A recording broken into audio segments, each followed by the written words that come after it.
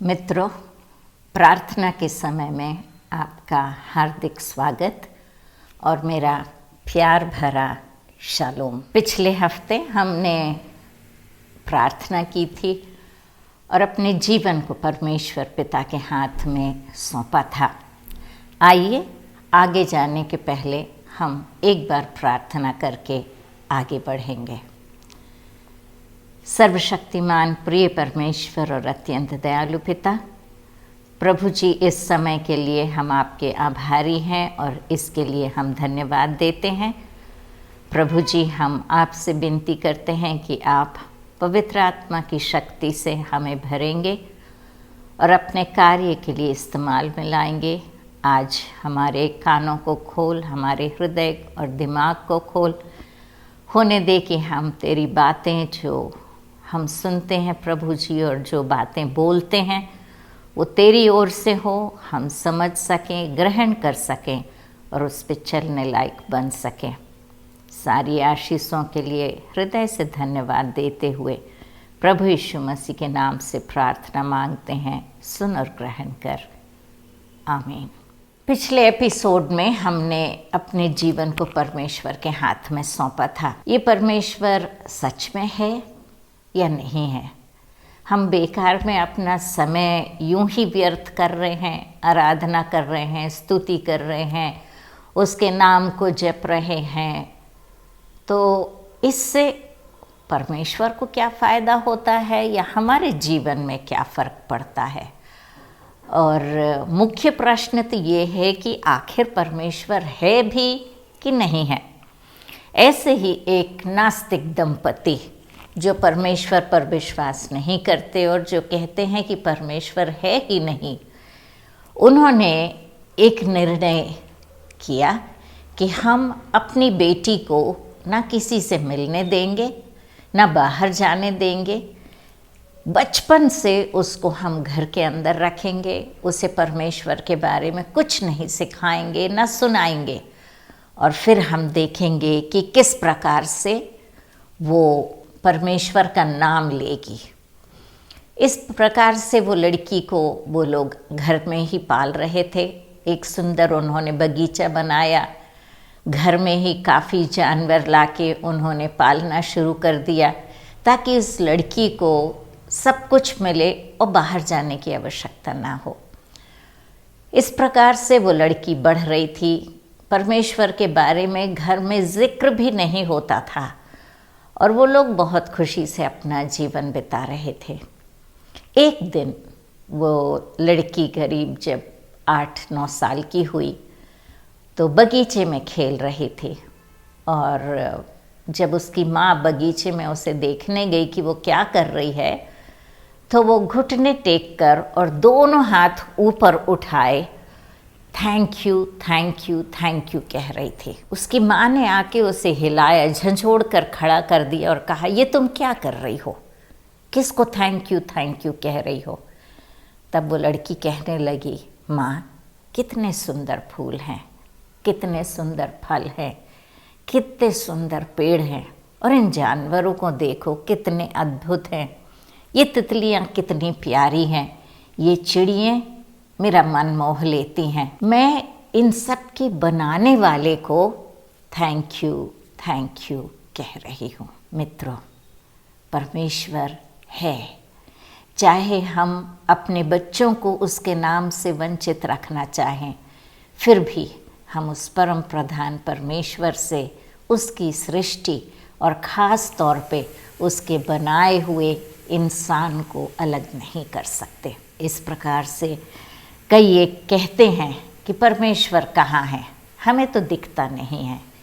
परमेश्वर का वचन कहता है कि परमेश्वर आत्मा है, और आत्मा हमें दिखती नहीं है लेकिन हर जगह वो उपस्थित रहती है। वो हवा के समान है। हवा हमें दिखती नहीं है लेकिन हर जगह हवा रहती है। हवा के बिना हम जी नहीं सकते, हमको हवा की आवश्यकता होती है। आजकल हम कोरोना के समय में देख रहे हैं कैसे ऑक्सीजन के सिलेंडर्स और वेंटिलेटर्स मरीज़ों को लगाए जा रहे हैं, और उनकी मौत किस लिए हो रही है? सिर्फ इसलिए कि वो अपने अंदर ऑक्सीजन को नहीं ले पा रहे हैं, सांस नहीं ले पा रहे हैं। और जब इंसान की सांस रुकती है तो उसके शरीर का अंत हो जाता है। तो परमेश्वर उपस्थित है। परम प्रधान परमेश्वर हमारे बीच में हमेशा रहता है। उसने इस सुंदर सृष्टि की है। फिर हमें इस परमेश्वर के पीछे क्यों चलना है? इसे क्यों मानना है? इसकी बातों पर हमें क्यों ध्यान देना है? ये प्रश्न हमारे मन में उठते हैं। क्या इससे परमेश्वर का महत्व और बढ़ जाता है या हमें इससे कोई फ़ायदा होता है? इस परमेश्वर ने हमें क्यों बनाया? पिछले हफ्ते मैंने आपसे कहा था कि हम लोग मुक्ति के मार्ग के बारे में बात करेंगे। मुक्ति का मतलब क्या होता है? मुक्ति का मतलब होता है छुटकारा। तो आखिर हमें किस चीज़ से छुटकारा चाहिए? कौन हमें छुटकारा देगा? और छुटकारा पाने के बाद हमारा क्या फ़ायदा होगा? उससे क्या लाभ होगा? ये सब प्रश्न हमारे मन में उठते हैं और इन सब प्रश्नों का जवाब हमें इस पुस्तक में, पवित्र बाइबल में मिलता है। और इस धर्म पुस्तक को मैं आपको पढ़ के सुनाऊंगी कि इस धर्म पुस्तक में सृष्टि के बारे में, परमेश्वर के बारे में, मुक्ति के बारे में क्या क्या लिखा है, हम इस किताब में से देखें।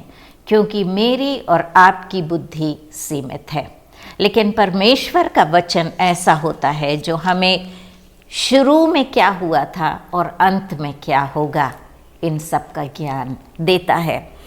और परमेश्वर जो है वो परमेश्वर की कोई शुरुआत नहीं है और ना ही उसका कोई अंत है। उसे समय सीमित नहीं रख सकता। परमेश्वर हमेशा से था, वो है और हमेशा रहेगा। इंसान आता है, चला जाता है।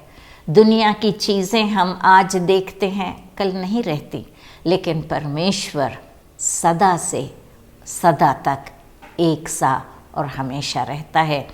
और ये हमें ये पुस्तक बताती है। जैसे इसकी पहली पुस्तक का नाम है उत्पत्ति और उसके पहले अध्याय और पहले वचन में हम पढ़ते हैं, आदि में परमेश्वर। आदि में, इसके पहले कि कोई समय का हम एक सीमा लगाएं, उसके पहले से भी परमेश्वर सदा से रहा है। और आदि में परमेश्वर ने आकाश और पृथ्वी की सृष्टि की। तो जब परमेश्वर ने आकाश और पृथ्वी की सृष्टि की तो आकाश और पृथ्वी का आरंभ हुआ। और परमेश्वर ने आकाश और पृथ्वी की सृष्टि कैसे की, ये हम तीसरे वचन में देखते हैं। जब परमेश्वर ने कहा उजियाला हो तो उजियाला हो गया। इसका मतलब अंधकार था। परमेश्वर ने आकाश और पृथ्वी की सृष्टि की, अंधकार फैला हुआ था। परमेश्वर ने कहा उजियाला हो जाए, और जब ये वचन उसके मुंह से निकले तो वो पूरे हुए। इस प्रकार से चौथे वचन में हम देखते हैं, और परमेश्वर ने उजियाले को देखा कि अच्छा है, और परमेश्वर ने उजियाले को अंधियारे से अलग किया। तो सबसे पहले जो परमेश्वर ने जिस चीज़ की सृष्टि की वो था उजियाला। और परमेश्वर ने उजियाले को बनाया अपने मुंह के वचन से, और उसने उजियाले और अंधियारे को अलग किया। और उजियाले को जब उसने देखा तो कहा अच्छा है।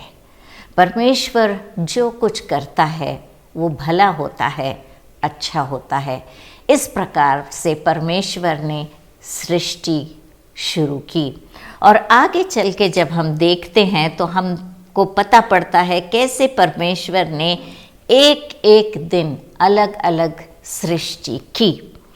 और उसने चांद, तारे, सूरज, उसने रेंगने वाले जंतु, जंगल के जंतु, पशुओं का उसने सृष्टि की, और घरेलू पशुओं की सृष्टि की, आकाश में उड़ते हुए पक्षियों की सृष्टि की, और जो जीव जंतु जल में हैं उनकी सृष्टि की। वो कहता गया पेड़ पौधे हो जाएं, अपने में बीज रखने वाले फल वाले वृक्ष पैदा हो जाएं, घास पैदा हो जाए। इस प्रकार से वो एक एक बात कहता गया और उस प्रकार से सृष्टि बनती चली गई।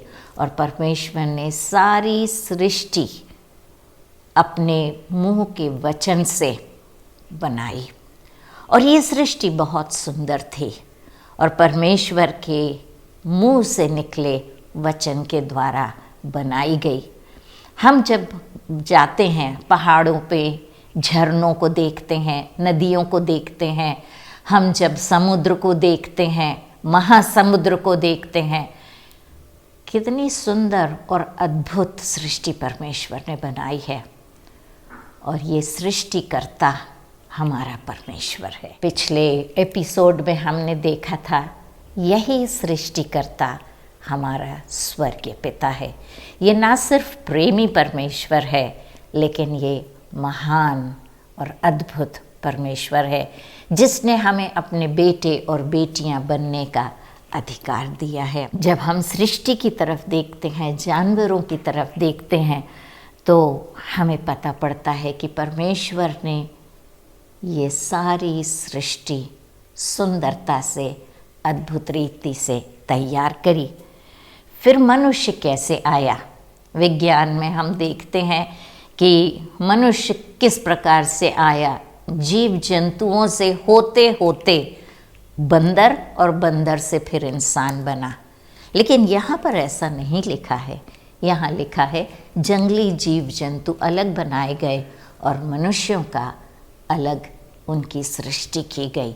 तो हम जीव जंतुओं में से ना निकल के आए हैं और ना हम मरने के बाद जीव जंतु बन के इस पृथ्वी पर फिर आएंगे, क्योंकि परमेश्वर के वचन में लिखा है कि हमें सिर्फ एक बार इंसान का ये अवतार मिलता है और इंसान हर जीव जंतु से अलग होता है।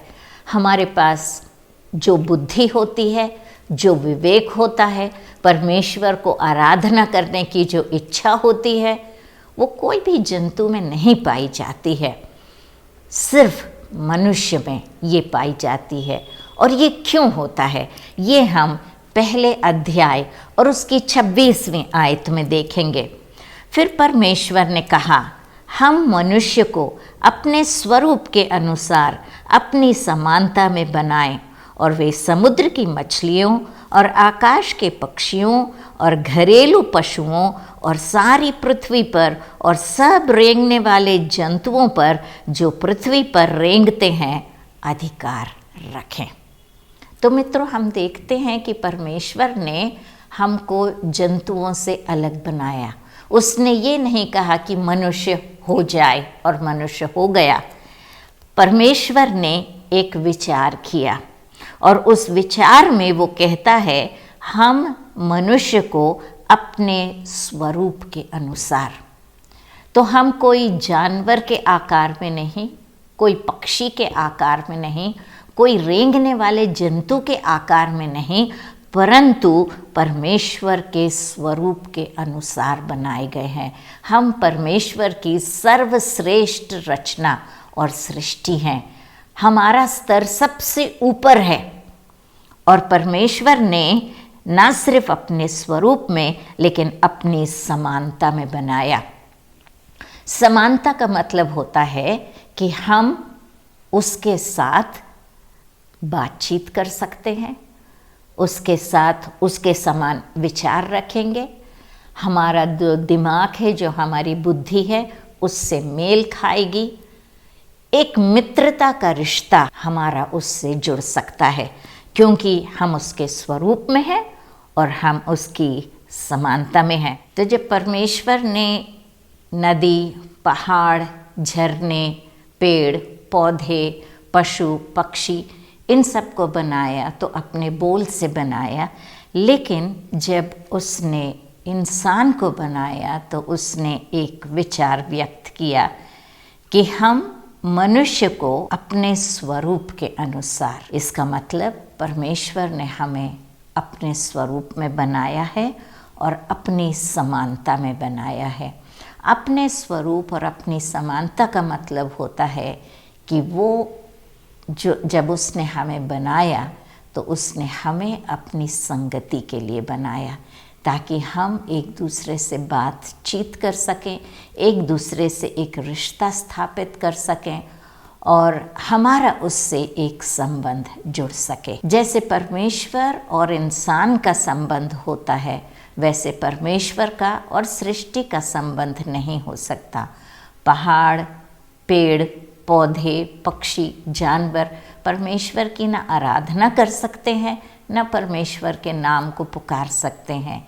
केवल इंसान, मनुष्य परमेश्वर की आराधना कर सकता है और उसके साथ संगति कर सकता है।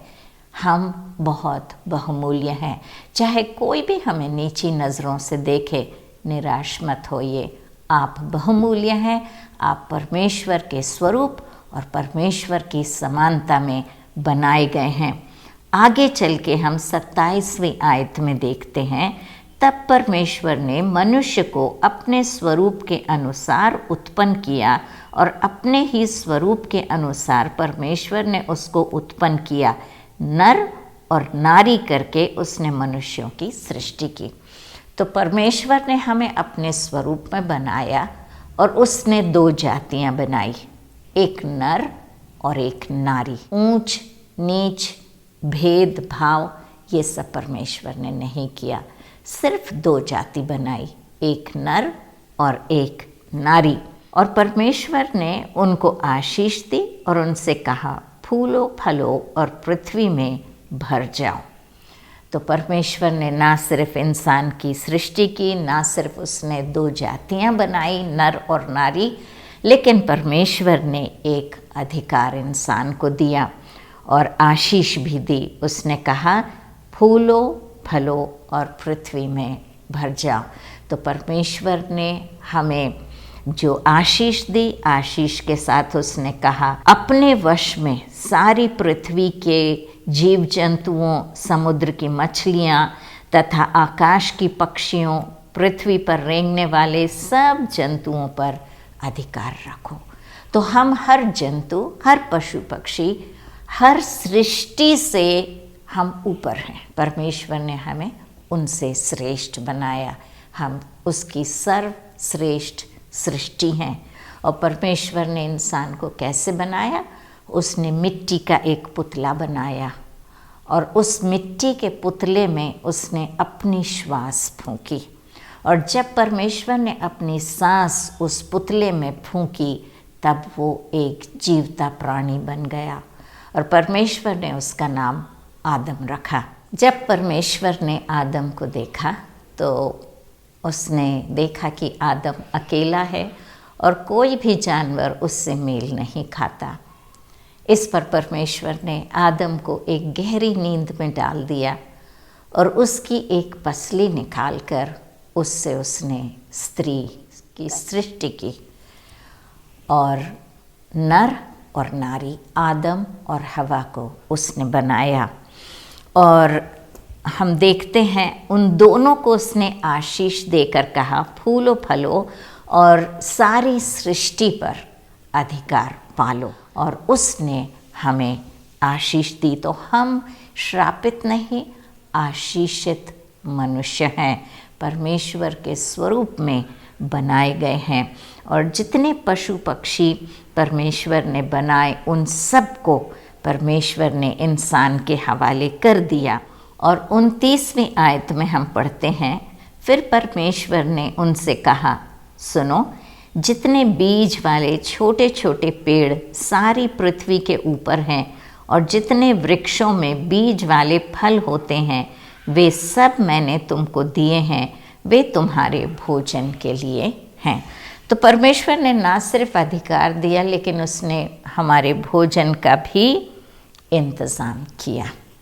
और उन्होंने कहा, जितने फल हैं और जितने पौधे हैं, साग सब्जी, वो सब इंसान को उसने खाने के लिए दी। जैसे आज हम वीगन डाइट कहते हैं, साग सब्जी फल, उस प्रकार से परमेश्वर ने इंसान का सारा इंतज़ाम किया। तो हम देखते हैं कि परमेश्वर ने इंसान को एक बहुत सुंदर अदन का बगीचा बनाया, अदन की बारी भी जैसे कहा जाता है, और वहाँ आदम और हवा को रखा और उस बगीचे की देखभाल उनको करने के लिए आदेश दिया। परमेश्वर ने उनसे कहा कि इस बगीचे में 2 वृक्ष हैं खास।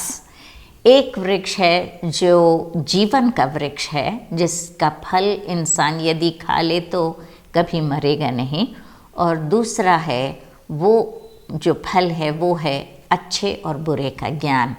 और परमेश्वर ने इंसान से या आदम से कहा कि जो फल अच्छे और बुरे का ज्ञान देता है उस फल को ना खाना। बस एक ही आज्ञा परमेश्वर ने दी थी, उस फल को ना खाना।